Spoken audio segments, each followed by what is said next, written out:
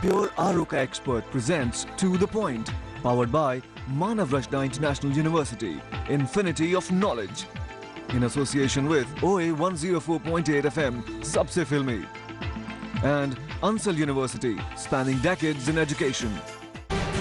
Hello and welcome. You're watching To The Point. A front page story in today's Indian Express has revealed that 4 but possibly 8 young Indians from Mumbai have fought with ISIS in Iraq. It seems they were indoctrinated on the net and surreptitiously left their homes to join the Sunni insurgents. Is this the tip of an iceberg? And how should the government respond? That's the debate in part 2. But first, the Congress Party's opposition to the Modi government's bill amending TRAI so that Nrupendra Mishra can continue as the Prime Minister's Principal Secretary. Is this based on principle, or is this just politics, or even possibly pettiness? The bill sailed through the Lok Sabha today, but its passage through the Rajya Sabha could be considerably more difficult. So is the Congress Party about to engineer the first serious setback for the Modi government? That's the debate in part 1. This auto cue is not working.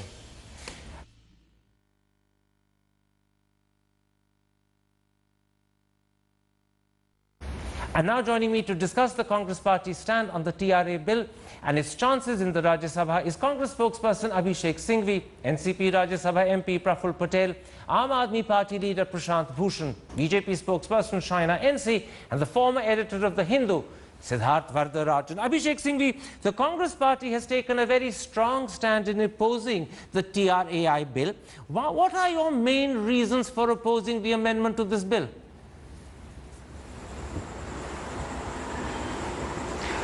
Karan, the issue is not at all our opposition, which may fail politically because of numbers. We are finding some volte-face today. The issue is much larger. This is within 2 days of a government taking office, a person-specific legislation brought in by ordinance. When we tried to bring in ordinances where the Supreme Court judgments had made a change scenario, there was a huge outcry about Ordinance Raj. Is Ordinance Raj to be used for a person-specific legislation? And this is a law which was passed with some rationale. TRAI was one of the earliest regulators. Okay. You parliamentary mandate, I have had time, but to my recollection, this law was passed originally by the BJP. You pass a law where the whole idea is to create a Chinese wall between regulators and post-retirement or post-regulator job sinecures or jobs in the government. The reason is obvious. The question is a larger moral issue. Should you do it? Assume there was no act, Karan. Okay. Tomorrow you have some very independent adjudicator, let us say a judge in a lower court. Can he join your government after debating office as a judge? You frown upon it. There is no law which says so. Let me on that point.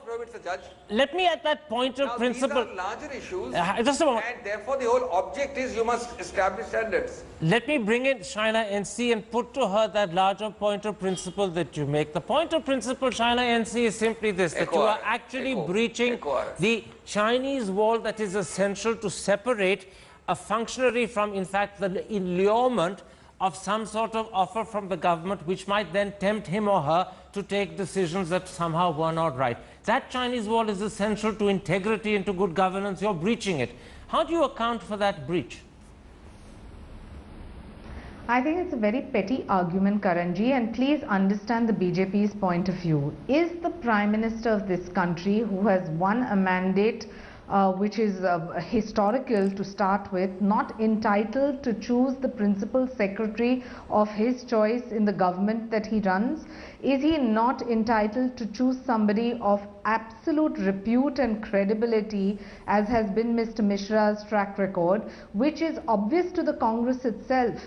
If the Congress is only going to play hurdle to prove a point, which is to say that, you know, you are amending to suit your way, but what are we doing? We are proactively saying that if you want a good governance model, you need to have good bureaucrats, you need to have people with impeccable repute, and you need to have people who have delivered. And we're not using the ordinance route to protect some thug or some corrupt politician You made your or point. bureaucrat Let's not get polemical by bringing in thuggery. Let's keep it simple so that people can be analytical. Praful Patel, you're an ally of the Congress Party, and yet the National Congress Party has actually taken a very different stand to the Congress. Why? No, listen, Karan, let me preface in the beginning by saying that we do not subscribe to ordinances as a matter of routine or as a matter of principle. However, in exceptional circumstances, if certain things like, this is not an ordinance which has some earth-shattering ramifications. Number one, as Shaina said, there's a Prime Minister of our country who's just been appointed, and he wants to choose his own team. So let it be so. The second part is there have been many other regulators besides TRAI which have different yardsticks where a regulator does not really have this kind of a restriction. And number three, Mr. Mishra has never worked with this Prime Minister, or I don't think, or at least we don't believe that he has any past association with him. And therefore, a person of integrity, he's joining government at the end of the day. He's not taking up some private assignment. So, and the fourth thing, most importantly, is that we don't want to be just like, opposition for the sake of opposition. We'd rather be a constructive opposition. Okay. And we don't think that appointing Mr. Mishra has such ramifications that should, unsettle the whole system. We can look at it as an aberration, and as I said it earlier, we shouldn't adopt ordinances as a routine measure.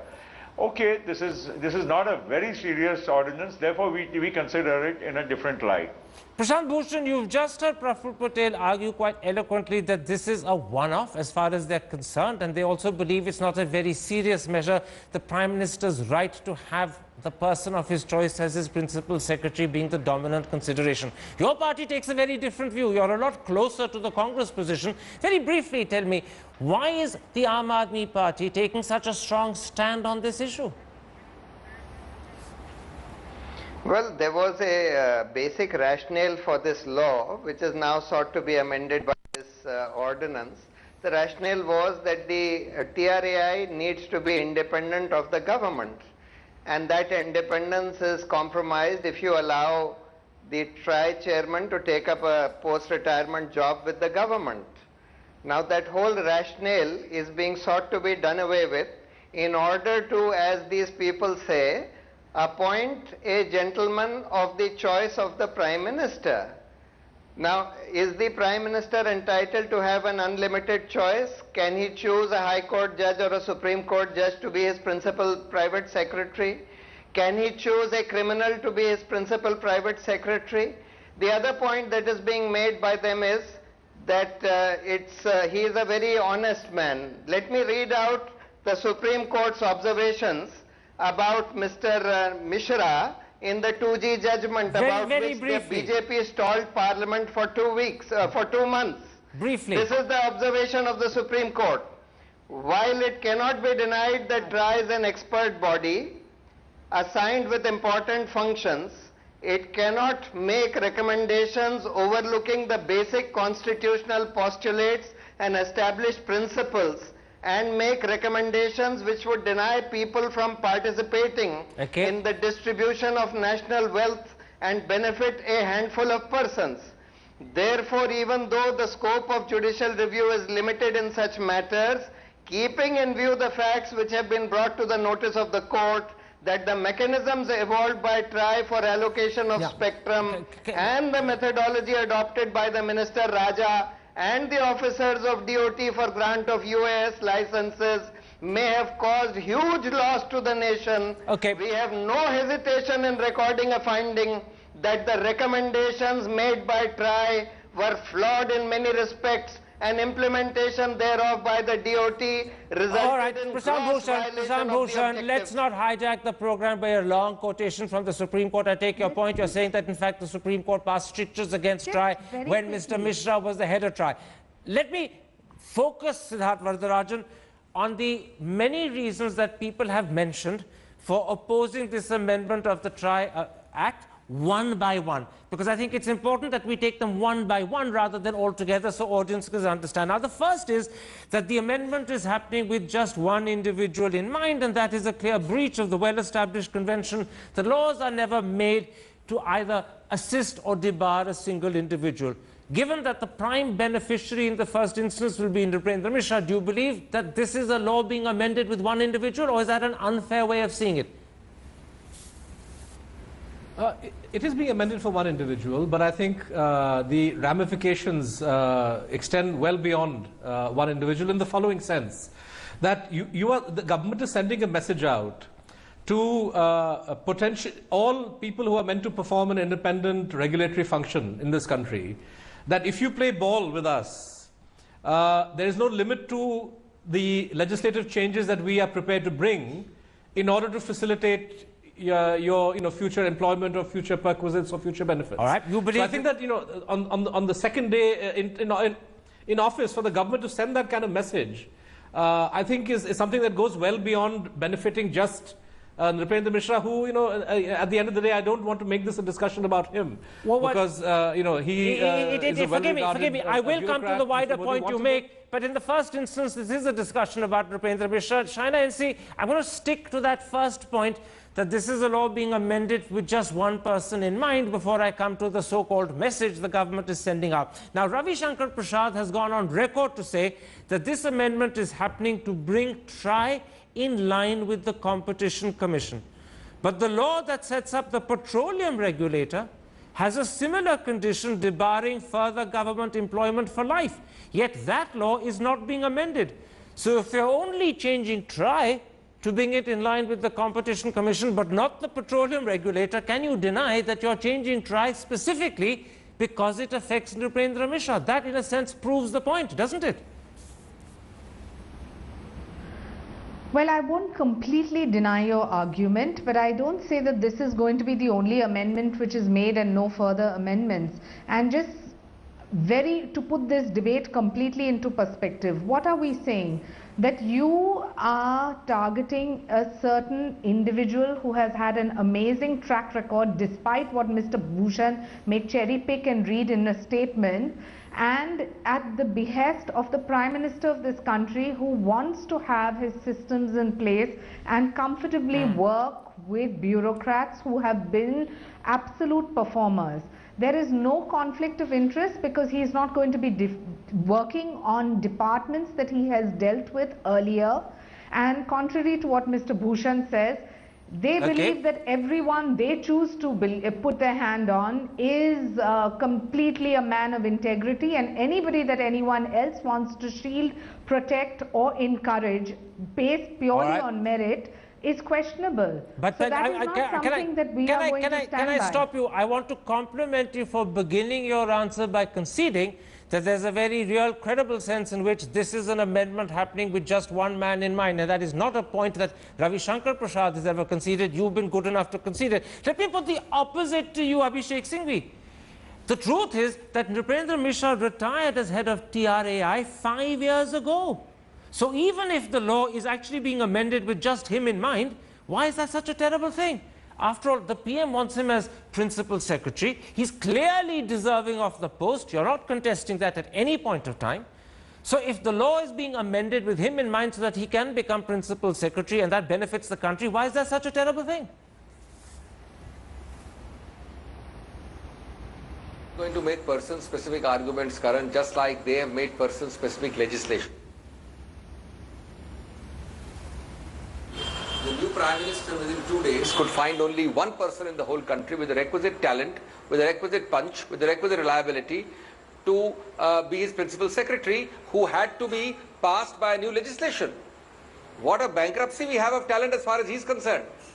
Thirdly, very importantly, there is a method to the madness, Karan.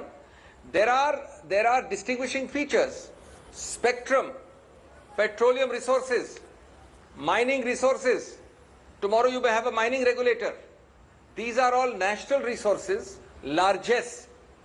They require regulators of absolute impeccable distance who have no possible, even a dream of future allurement or entrapment, as opposed to Competition Commission or SEBI. They are regulators of a different kind.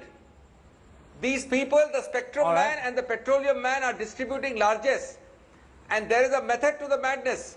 Now, today, look at what Varadarajan said, Siddharth Varadarajan. The message tomorrow is, forget all this. You have the normal rule of a 2-year cooling off period for bureaucrats. So, individually, I will make an amendment in a particular case for a particular bureaucrat. Then there is no end to it. All right. Because I am the Prime Minister, I have 286 and 333. 282 Nobody is actually. disputing. I am sure the legislation will be passed in the Rajya Sabha. Let me But stop. That's not the point at all. Let me stop you there. You I may want to pass the see whether legislation, but whether your eloquent answer actually has any impact on your ally who's sitting there listening to you. Praful Patel, what about that particular concern made by both Mr. Singhvi and Mr. Varadarajan, that in fact the message you're sending out is that it doesn't really require future regulators to be independent and objective. Hereafter, you're almost giving an incentive to future regulators to take decisions that are tailor-made to support the government in the hope that they could be rewarded with a job thereafter. But that's exactly what I said in the beginning, that we don't encourage such kind of ordinances, but as a one-off instance, a new Prime Minister has come in. What are we doing? We're just going to oppose for the sake of opposition? And the second part is, Mr. Mishra has never worked with Mr. Modi ever in the past.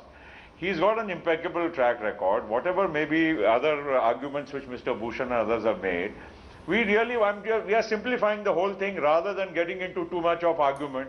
Of course, Mr. Varadarajan and Mr. Singhvi have made a very eloquent point, so has Mr. Bhushan. But the fact is, the point is, you know, are we just going to come in the way of, as an obstructionist just because we are in the opposition? I'm not saying that we should encourage and subscribe. But also the fact is that if TRAI chairman is being banned or barred after 5 years from taking up another government employment, then the entire gamut of all the regulators, including Competition Commission or others, we should all bring them to Parliament and we should rectify all of them, whichever way, whether we ban them, we allow them, whatever should be the thing, can I interrupt be uniform, and this should be used as an opportunity to bring in the requisite changes in legislation vis-a-vis all regulators. That's a fair point, but can I interrupt you and put this to you? I get the clear impression from your answer that in fact you don't in principle like this amendment very much. You have certain qualms about it, but you're agreeing with it because you don't think it's worth thwarting the Prime Minister's wish to have the man of his choice as his principal secretary. For that reason, you're prepared to override your other concerns.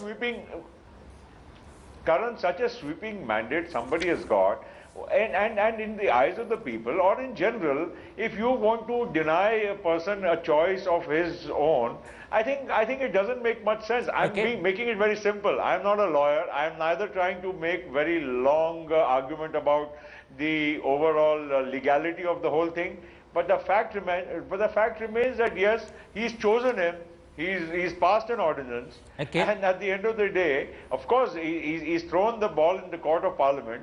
But at the end, we all have to acknowledge that it is too early in the day to just oppose for the sake of opposing. And this is not, according to us, a very important, ordinance which merits the entire opposition coming together just to stall or to defeat the government and to score a brownie point. Let me bring it, we'll take on the government on much more important things as they evolve. Why should we get into these petty fights? Just a moment. You also made a convincing argument, but it is an argument that actually hinges on the fact that at the end of the day, why annoy the Prime Minister on something as small as this? Prashant Bhushan, let me put the opposite to you.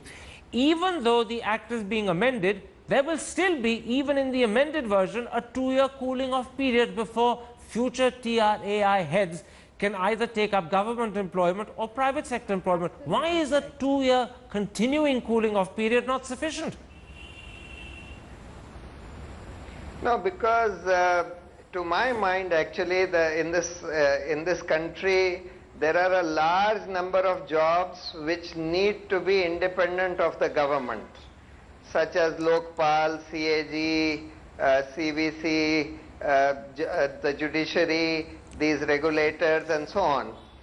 for all these jobs, they should be permanently barred from taking up employment either with the government can I interrupt? Or for any corporation whose cases they may have Can I interrupt? You're making a point. Jobs. You're making a point in terms of principle. Let me point out to you that the electricity regulator, the insurance regulator, the airports authority regulator, the pension fund authority, all four have just a 2-year cooling off period. And as far as the coal bill, and it's only a bill, it's not an act, mooted by the last government is concerned, it doesn't have any debarment in terms of taking up central or state government employment. So I come back. Why is a 2-year cooling off period not sufficient? No, that's not sufficient in my view for maintaining the independence of the regulator. In fact, the CAG is barred for life. Similarly, judges are also barred for life. Therefore, these are offices which need to be fully insulated from the government. Okay. At any rate, you see, this was a well thought out amendment made in 2003 by the BJP government, which is now being sacrificed at this altar of convenience. Okay. I sympathize with Mr. Patel, who says that, look, we need to concede to the PM his requirement of having a person of his choice. Just the other day I received just a moment. I think Praful Patel wants to quickly disagree. What are you disagreeing over, Praful Patel? And then I'll go to Shaina and see Siddharth Varadarajan. No, I'm not conceding anything. Neither am I saying that we should please the Prime Minister on any issue. I just said that I simplified the thing by saying that we'd rather take it up with the government, to take on the government on many larger issues, one.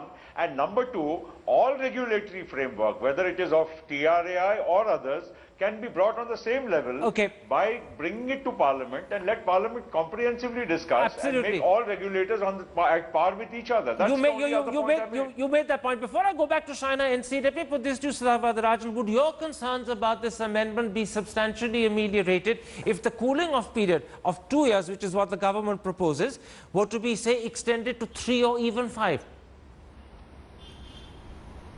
No, I think the original provision in the TRAI Act and the Petroleum Regulator Act, which debars any future employment, is a sensible one, because let's not forget the government has so many levers anyway to control these regulators. They appoint the chairman. So you're saying to no. Begin with, and in the case of TRAI, an expanded cooling off period won't work. So an expanded cooling off period won't work for you, extending it from 2 to 3 or 5.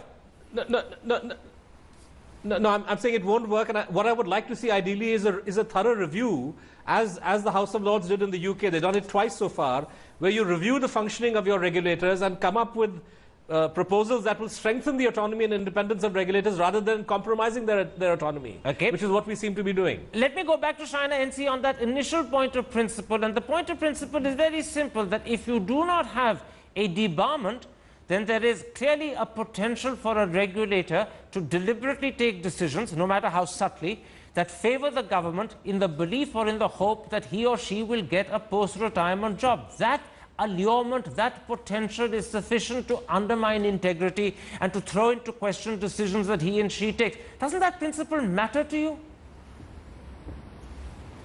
Well, doesn't the question of credibility and repute of the officer also come into play? And just coming back to Mr. Bhushan's point, I'm interrupting you. You may be right in saying that this particular officer is full of integrity. No one is questioning Mr. Mishra's integrity. But what happens to future officers who may not have the same integrity, but now will have the opportunity, because you've reduced the cooling off period to just 2 years, to deliberately favor the government in the hope that 2 years later they'll get a reward? That's the Chinese wall you're breaching. No, but there is a system of checks and balances, and I don't think things like this go unnoticed in our country, and especially with not just a vigilant media but a vigilant society at large.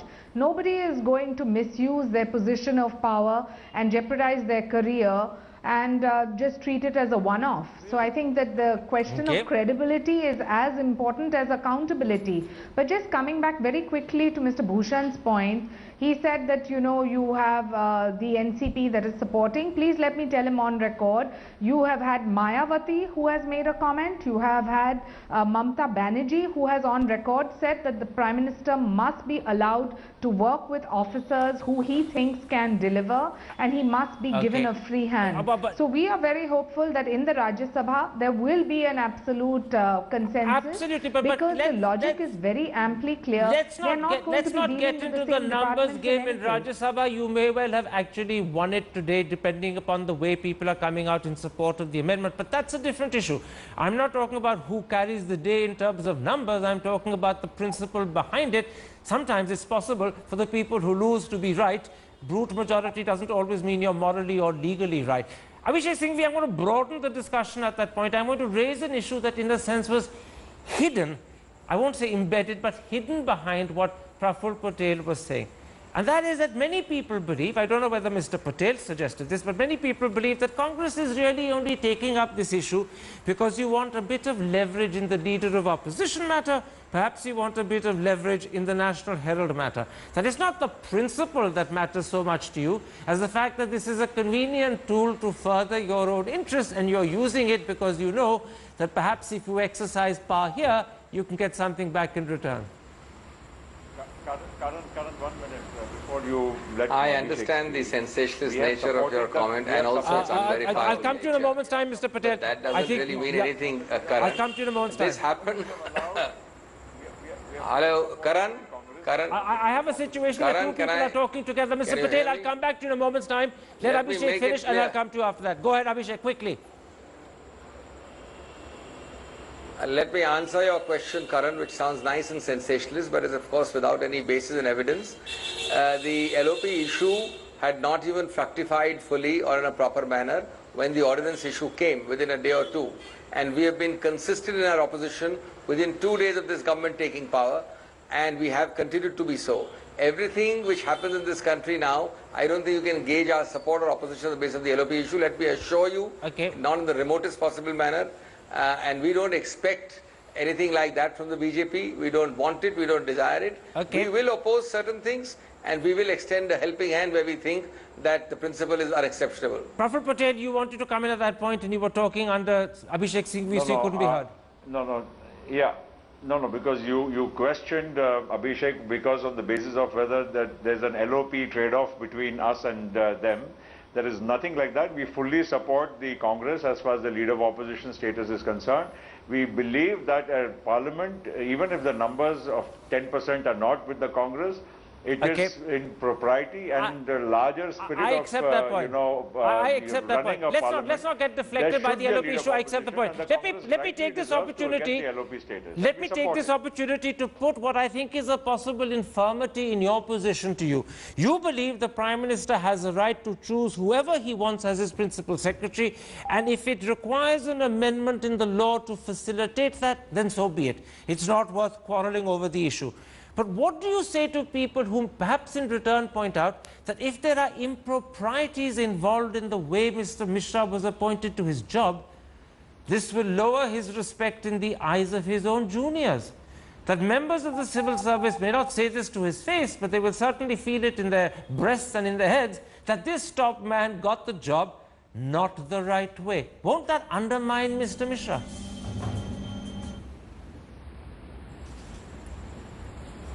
Mr. Patel? Yeah, okay. No, I understand. On a larger principle, there is no question. As I said, I started by saying that it's not something which we should subscribe on a daily basis. But now, having taken that step so far, and the fact that Mr. Mishra has got an impeccable background, I think, let it be, so be it, and we continue to, take things on with the government on larger issues rather than quibble over these small issues again and again. Very quickly, before I go to both Prashant Bhushan and Siddharth Vadrajan, I want to put one other situation to you, Abhishek Singhvi. In 2011, when Dr. Manmohan Singh was Prime Minister, he proposed in his Independence Day speech a law to govern regulators. And if that law had come to be, then you would have ended up undermining the very regulators today you claim, you say you want to defend, support and keep objective and independent. So I put it to you that when you criticize Mr. Modi, this is a classic case of the pot calling the kettle black.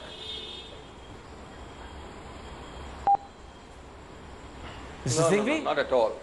The case we are talking of is a case where one gentleman, can you hear me, Karan? I can indeed. Go ahead quickly. Can you hear me, Karan? Yes, I can. Go ahead.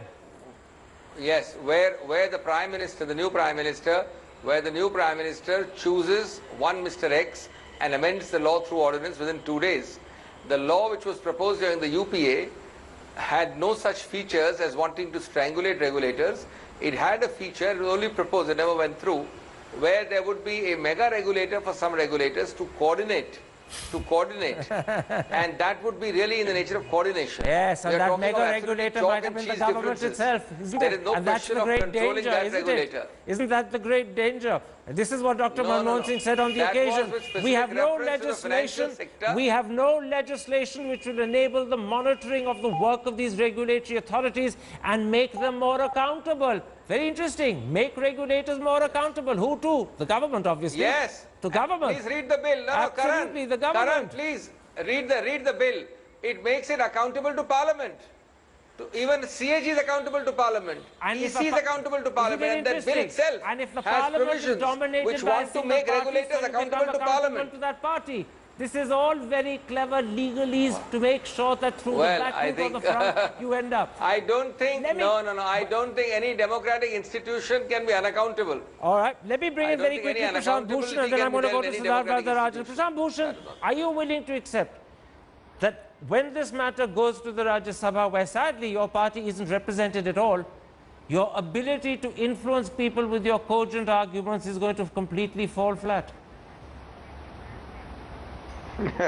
Well, we don't know what will happen in the Rajya Sabha. We do know that these parties like NCP or Samajwadi Party or BSP or many other parties actually, or even the Congress, are so thoroughly compromised and so so fully ridden with all these corruption problems that it is easy to arm twist them.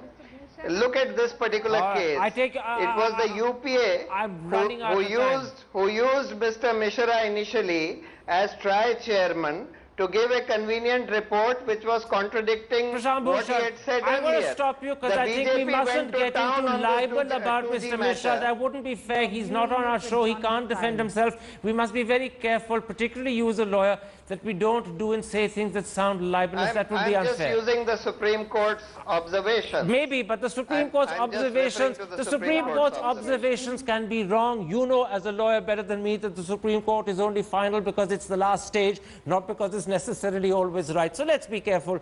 There are the honor of individuals who are not present involved. So let's not be very quickly. Siddharth Varadarajan, I'm going to end with this. Congress looks as if it's going to be isolated in the Rajya Sabha. The Samajwadi Party, the TMC, the BSP have all indicated they're going to be supporting the government. We don't know about the JDU, but it's quite possible that other than the left, the Congress may not have anyone on its side. If that turns out to be the case, how much of a setback will it be for Congress? A quick answer because we're horribly out of time. Well, it's clear that the government is going to have its way in the Rajya Sabha. And I think the Congress, what it should try to do is to perhaps talk to parties like NCP, Trinamool, etc., that at least as a compromise, that there should be some undertaking by the government to have a thorough review of the functioning of India's regulators and to have some kind of a report, some kind of a select committee go into this and set uniform terms as far as possible. That will guarantee the independence and autonomy of all regulators. All right, that's going to have to be the last word of this particular half of the show. Time for a break, but then the worrying news that Indian Muslims are fighting alongside ISIS in Iraq. Is this the tip of a worrying iceberg that poses a bigger threat when in fact we don't even fully realize how bad it might be? Join me in a moment to find out.